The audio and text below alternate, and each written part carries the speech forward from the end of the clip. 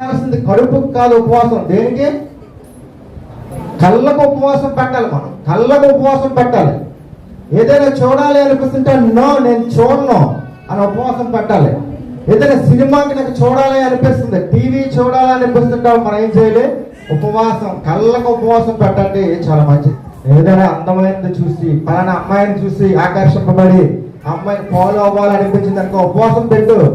నేను అలాంటివి చెయ్యను, నా కళ్ళకు ఉపవాసం పెట్టు, చాలా మంచిది. అది నువ్వు పాపానికి దూరం చేయబడతావు, పాపానికి దూరంగా బ్రతుకుతావు. కళ్ళు కోరినదల్లా మనం ఇవ్వబట్టి అనేక అనర్థాలకు మనం దారితీస్తాం. ఈరోజు దేవుని పిల్లలుగా ఉన్న మన కన్నులు కూడా ఎలా ఉన్నాయంటే చెడుకే ఆకర్షింపబడుతూ ఉన్నాయి.